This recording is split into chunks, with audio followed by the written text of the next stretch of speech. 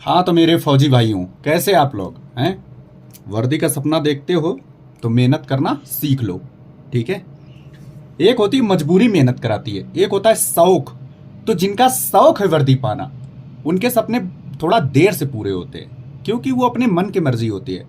जब दिल किया तब पढ़ लिया, जब दिल नहीं किया तो नहीं पढ़ा। लेकिन जिनकी वास्तव में मजबूरी होती है, वो भाई साहब, चाहे नींद हो चाहे बीमार हो कुछ भी हो, उनको पढ़ना ही पड़ेगा। ये होती है मजबूरी। ठीक है, तो आइए शुरू करते हैं। 10 मिनट में एक चैप्टर, मतलब चैप्टर नहीं, एक पेज आपको कैसे याद कराना है। सबसे पहले तो आपने क्या करना है, घबराना नहीं, वो वाली छोड़ दो। सबसे पहले आप अपने कान में लीड लगा लीजिए, चुपचाप मोबाइल को साइड में रख दीजिए। हाँ, अगर देखना चाहते हो तो देख सकते हो, वरना मोबाइल को साइड रख दीजिए। अब इतना कंसंट्रेट हो जाइए, ये समझिए कि हम पूछ रहे हैं आपसे, मतलब अपने आप को ऐसा महसूस करो कि हम आपके सामने और पूछ रहे हैं। हम आपको बताएंगे भी और पूछेंगे भी। ठीक है। इसके ये सुनने के बाद 10 मिनट के बाद आप किसी से पूछना जरूर, कन्वर्सेशन किया करो। ठीक है, या तो वो भाग जाएगा, समझ रहे हो, किसी से आप अगर पढ़ाई की बातें करने लग जाओ, या तो वो भाग जाएगा या फिर आपके साथ कोऑर्डिनेट करके पढ़ाई शुरू कर देगा। बोलो राधे राधे। चलो शुरू करते हैं। भारतीय संविधान का विकास। देखो, संविधान संविधान शब्द की उत्पत्ति किससे हुई है? लैटिन भाषा से हुई। तो संविधान शब्द की उत्पत्ति किससे हुई है? Very good. ब्रिटेन के संविधान को विश्व के सभी संविधानों की जननी कहा जाता है। ये पेज 1 डाल देते हैं, इसको पेज 1। ठीक है, हाँ जी। तो किसके संविधान को जननी कहा जाता है? ब्रिटेन के संविधान को। ठीक है। अच्छा ये बताओ, पहले हम बढ़ देते हैं ना। 1895 में बाल गंगाधर तिलक ने स्वराज विधेयक का प्रारूप प्रस्तुत किया था। समझो, 1895 में बाल गंगाधर तिलक ने स्वराज विधेयक का प्रारूप प्रस्तुत किया था। समझ गए? चलो आगे देखो। 1922 में महात्मा गांधी ने स्वराज विधेयक पेश किया था। 1934 में जवाहरलाल नेहरू ने भारतीय संविधान के निर्माण के लिए संविधान सभा के गठन की मांग की थी। अगर मैं आपके कहूं कि स्वराज विधेयक के माध्यम से 1922 में किसने मांग की थी संविधान की, तो महात्मा गांधी। 1922 लगाना। 1934 की बात आए संविधान सभा के गठन की मांग, तो आप जवाहरलाल नेहरू लगा के आना। ठीक है, आगे बढ़ो। अब इससे आगे बढ़ते हैं। भारतीय संविधान के ऐतिहासिक विकास का काल 1600 ईस्वी में प्रारंभ हो गया था। सर 1600 मतलब क्यों? क्योंकि 1600 में आपकी ईस्ट इंडिया कंपनी आ चुकी थी। ठीक है, तो 1600 में प्रारंभ हो चुका था, तो ईस्ट इंडिया कंपनी 1600 में आ चुकी थी। आगे देखो। कंपनी के प्रबंधन की समस्त शक्ति गवर्नर तथा 24 सदस्यीय परिषद में निहित थी। ठीक है, हाँ जी सर, ठीक है। आगे देखो। फिर इसके बाद में क्या होता है? 1773, ये पेपर में आ चुका है, का रेगुलेटिंग एक्ट। इस एक्ट के तहत वारेन हेस्टिंग को बंगाल का गवर्नर जनरल बनाया गया। आपसे पूछेगा कि वारेन हेस्टिंग को बंगाल का गवर्नर जनरल कब बनाया गया, तो आप बताएंगे 1773 का रेगुलेटिंग एक्ट से। ठीक है, याद करते जाओ, सुनते जाओ बस। 1773 के रेगुलेटिंग एक्ट से कलकत्ता में 1774 में एक सुप्रीम कोर्ट, उच्चतम का मतलब क्या होता है? सुप्रीम कोर्ट की स्थापना की गई, जिसमें एक मुख्य न्यायाधीश थे, 3 अन्य न्यायाधीश थे, टोटल 4 थे। इसके जो सीजेआई थे, मतलब जो main CJI chief justice of होते हैं ना, वो होते सर एलिजा एम्फे। बहुत बार पूछ चुका है। ठीक है, अरे समझ रहे हो? ठीक है, एलिजा एम्फे थे। आगे देखो। फिर इसके बाद में आगे बढ़ जाते हैं। 1784, 73 के बाद 84 आ गए का पिट्स इंडिया एक्ट। ये भी कभी कभी पूछ लेता है कि पिट्स इंडिया एक्ट किसको बोलते हैं। 1773 दे देगा, 1813 दे देगा, और एक दे देगा, तो 1784 पिट्स मतलब 84। ठीक है, याद रखना। क्या एक्ट ऑफ सेटलमेंट अगर मैं कहूं तो इसको ही बोलते हैं 84 को। 1784 को पिट्स इंडिया एक्ट को एक्ट ऑफ सेटलमेंट बोलते हैं। अरे समझ गए? हाँ जी। अच्छा ये बताओ, द्वैध शासन इसी में आया था। 1784 के पिट्स इंडिया एक्ट में द्वैध शासन आया था, मतलब दोहरा शासन आया था कि राज्य अलग शासन करेगा और केंद्र अलग शासन करेगा। अरे समझ पा रहे हो? हाँ, तुम ही से कह रहे हैं। हाँ, तुम ही से अपने आप को समझ रहे हो। ये जो कैप लगाए हो ना, हाँ तुम ही से कह रहे हैं। हाँ चलो देखो। 1813 का चार्टर अधिनियम कंपनी के अधिकार पत्र को, और ये जो काम करते करते सुन रहे हो ना घर का, ये काम थोड़ी देर के लिए चालू रखो। अब ये तुमको क्या लगा कि हम ये बोल देंगे कि काम बंद कर दो? नहीं, काम जारी रखो, ठीक है, सुनते जाओ, बस काम अपना जारी रखें। चलो, इसके बाद आता है 1813 का चार्टर। इसको अब बोलते हैं 1813 में चार्टर बोलते हैं, ठीक है, ध्यान रखना। 1813 का चार्टर अधिनियम कंपनी के अधिकार पत्र को 20 वर्षों के लिए बढ़ा दिया गया। पहले वर्ष थे, अब 20 वर्षों के लिए बढ़ा दिया कि भाई साहब 20 साल तुम और अभी कंपनी चलाओ। अब देखो 1813 का चार्टर बोलते हैं, 1833 का भी चार्टर बोलते हैं। अच्छा, 1833 में महत्वपूर्ण काम हुआ क्या? बंगाल के गवर्नर जनरल को भारत का गवर्नर जनरल कहा जाने लगा। आपसे पूछेगा कि बंगाल के गवर्नर जनरल को भारत का गवर्नर जनरल कब कहा जाने लगा, तो आप बताएंगे 1833 के चार्टर अधिनियम में। चलो, मैकाले की अध्यक्षता में प्रथम विधि आयोग गठन किया गया। प्रथम विधि आयोग कब आया, आप बताएंगे 1833 में। किसकी अध्यक्षता में आया, आप बताएंगे मैकाले की। कौन काला? आप काले, मैं काला नहीं, बहुत गोरा हूं, ठीक है। भारत में दास प्रथा को विधि विरुद्ध घोषित कर दिया गया। किसको? कब? 1833 में। तब कौन था? मैकाले थे। अरे यार, आप काले थे, मैं नहीं था, ठीक है। हाँ, तो क्या बताएंगे? आप काले थे। तो 1858 का भारत शासन अधिनियम, समझ रहे हो? फिर इसके बाद आगे बढ़ जाते हैं। तो 1833 के बाद 1858 का आ गया। 1858 का भारत शासन अधिनियम वेरी मोस्ट इंपॉर्टेंट है, आपके घर के काम से भी ज्यादा।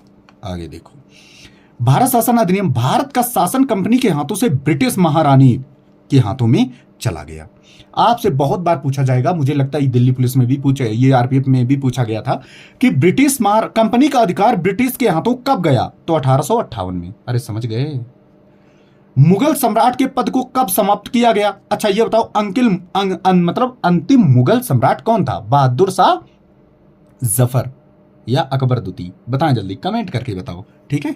हाँ जी, मुगल सम्राट का पद खत्म कर दिया गया। भारत शासन संचालन के लिए ब्रिटिश मंत्रिमंडल एक सदस्य के रूप में भारत के राज्य सचिव की नियुक्ति की गई, ठीक है। भारत में राज्य सचिव की एक नियुक्ति की गई, कब? 1858 में। वह अपने कार्यों के लिए ब्रिटिश संसद के उत्तरदायी था, मतलब यहां की रिपोर्ट वो अंग्रेजों को दिया करता था, ठीक है। भारत के गवर्नर जनरल का नाम बदलकर वायसराय कर दिया गया, कब? 1858 में, याद रखना, उसी की बात चल रही है। इस गवर्नर के जनरल लॉर्ड कैनिंग थे, कब? 1858 में लॉर्ड कैनिंग थे, कैनिंग, ठीक है। 1858 में कौन थे? कैनिंग। अंतिम गवर्नर जनरल एवं प्रथम वायसराय हुए, ठीक है। 1858 में जो बने थे लॉर्ड, आपसे पूछे जाएगा कि अंतिम गवर्नर जनरल एवं प्रथम वायसराय, अंतिम गवर्नर जनरल एवं प्रथम वायसराय, तो आप क्या बताएंगे? Lord Canning. अगर ये बोल दे कि प्रथम भारतीय वायसराय, अंतिम गवर्नर जनरल एवं प्रथम भारतीय वायसराय, तो कौन होंगे? सी राजगोपालाचारी। समझ रहे हो, ठीक है। अब आ जाते 1861 में। 1861 का भारत, अब आ जाते परिषद, देखो आ गया 1861 भारत परिषद अधिनियम। गवर्नर जनरल का अध्यादेश जारी करने की शक्ति प्रदान की गई, मतलब गवर्नर जनरल अध्यादेश जारी कर सकता है। अच्छा ये बताओ, कमेंट करके बताना, राष्ट्रपति अध्यादेश कौन से आर्टिकल में जारी करता है, ठीक है, कमेंट जरूर करना, जरूर 100%। ऐसे अध्यादेश जो जारी करता था गवर्नर जनरल, वो इसकी अवधि कितनी होती थी? तो 6 मंथ होती, ठीक है, समझ गए। तो 1862 में कैनिंग ने 3 भारतीयों, बनारस राजा पटियाला, बनारस के राजा, पटियाला के महाराजा और सर दिनकर राव के विधान परिषद को मनोनीत किया, ठीक है। कब? 1862 में। 1892 का भारत परिषद अधिनियम, इस अधिनियम के द्वारा अप्रत्यक्ष इनडायरेक्ट चुनाव प्रणाली की शुरुआत हुई। इनडायरेक्ट चुनाव मतलब इनडायरेक्ट इलेक्शन कब चालू हुए? 1892 में, समझ गए। आ जाते हैं 1909 में। 1909 का भारत परिषद अधिनियम में मार्ले मिंटू सुधार, इसको क्या बोलते हैं? बहुत ज्यादा इंपॉर्टेंट है। अब तुम समझ लो कितना इंपॉर्टेंट है, उतना ही इंपॉर्टेंट है जितना आप समझते हैं। चलो, मार्ले मिंटो सुधार कब आया? आप बताएंगे 1909 में। पहली बार मुस्लिम समुदाय के लिए पृथक प्रतिनिधित्व का उपबंध किया गया, मतलब सर जो उनके मेंबर होते हैं ना, जो चुनाव में खड़े होते हैं उनकी तरफ से, तो वो 1909 में ही आया था, ठीक है। चलो, इसके अंतर्गत मुस्लिम सदस्यों का चुनाव मुस्लिम मतदाता ही करते थे, बिल्कुल भाई करेंगे, 1909 की बात है। इस अधिनियम, कौन से अधिनियम, 1909 के सांप्रदायिक निर्वाचन के रूप में भी जाना जाता है भाई साहब। सांप्रदायिक निर्वाचन प्रणाली कब आई, 1909 में। हाँ तुम बताओ। हाँ ये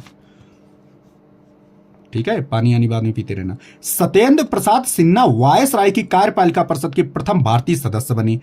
कब, 1909 में सत्येंद्र प्रसाद सिन्हा वायसराय की कार्यपालिका परिषद के प्रथम भारतीय सदस्य बने। समझ गए, चलो। उन्हें विधि सदस्य बनाया गया, कहां का, ब्रिटेन का। समझ रहे हो, भारत का नेतृत्व करते थे, ठीक है। चलो, 1909 में लॉर्ड मार्ले इंग्लैंड में भारत के राज्य सचिव थे। यह पूछा जा सकता है कि 1909 में लॉर्ड मार्ले इंग्लैंड में भारत के राज्य सचिव थे, ठीक है। लॉर्ड मिंटो भारत के वायसराय थे। भारत के वायसराय उस वक्त कौन थे, लॉर्ड मिंटो। समझ रहे हो, हाँ बहुत बढ़िया तैयारी। अगला देखो, 1909 बहुत इंपॉर्टेंट है। 1909 में मॉन्टेग्यू चेम्सफोर्ड कब आया, बहुत ज्यादा इंपॉर्टेंट। हाँ तुम ही से कह रहे हैं, बैठ जाओ, जहां हो वहीं बैठ जाओ, एक बार देख लो भाई साहब, बैठ भी गए। क्या कहाँ रिप्सेस है भाई साहब, हैं। हाँ चलो, अब किसी से बातें मत करो, ठीक है। यहाँ क्लास चल रही, वहां आप बातें कर रहे हो, हद है बिल्कुल, है अजीब बात है। बातें आते ना करो, बाद में क्लास लेने बोलो जाओ, अभी हमारे पास टाइम नहीं है। तो 1909 का जो भारत शासन अधिनियम था, इसको बोलते हैं मॉन्टेग्यू चेम्सफोर्ड सुधार अधिनियम, ठीक है। प्रांतों में द्वैध शासन लगाया गया, प्रांतों में द्वैध शासन लगाया गया 1909 में, ठीक है। लोक सेवा आयोग का गठन किया गया 1909 में। लोक सेवा आयोग, जिसको आप यूपीएससी कहते हैं, 1909 में। पहली बार केंद्रीय बजट को राज्यों के बजट से अलग कर दिया गया कि भैया मोदी जी तुम्हारा अलग बजट होगा, योगी जी अलग होगा, तो 1909 में किया गया। चलो आगे देखो, भारत में पहली बार महिलाओं को मतदान दे भाई साहब, अब औरतें भी वोट डालेंगी। 1926 अधिकार 1926 में दिया गया था, लेकिन अधिनियम यही था, अधिनियम मतलब एक्ट यही था 1909 का, लेकिन दिया कब गया, 9 और 6 15 और 9 7 साल बाद दिया गया भाई साहब उनको अधिकार, लेकिन उसी एक्ट के तहत, ठीक है, ठीक है। 1935 का भारत शासन अधिनियम देख लो। इस अधिनियम में 321 अनुच्छेद और 10 अनुसूचियां थी। इसको मिनी संविधान कहा जाता है, याद रखना।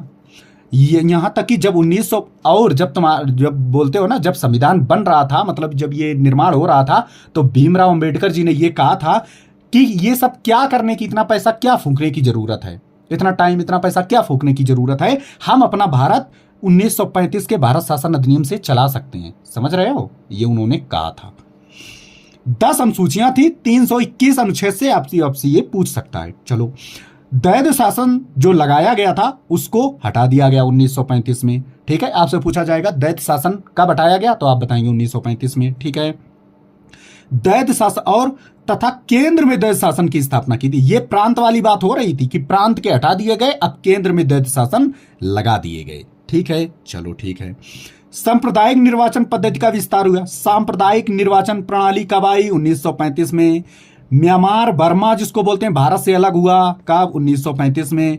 आरबीआई की स्थापना कब हुई, 1935 में। अरे समझ गए, इसी बात पे 2 उठक बैठक लगा दो और 2 बार ताली बजाओ और बोलो राधे राधे। समझ रहे हो, चलो लाइक करो, शेयर करो, सब्सक्राइब करो, दबा के पढ़ाई करते रहो, ठीक है। वैसे आप के इंफॉर्मेशन के लिए बता दूं कि मैं मतलब रेडी हूं पूरा, ठीक है। अब कभी भी बुलावा आ सकता है तो मुझे जाना पड़ सकता है। सर कहाँ जा रहे हैं, मैं कहीं ऑपरेशन में जा रहा हूं, ठीक है। चलिए, थैंक यू सो मच। जय हिंद, आदाब, सत श्री अकाल, शब बखैर।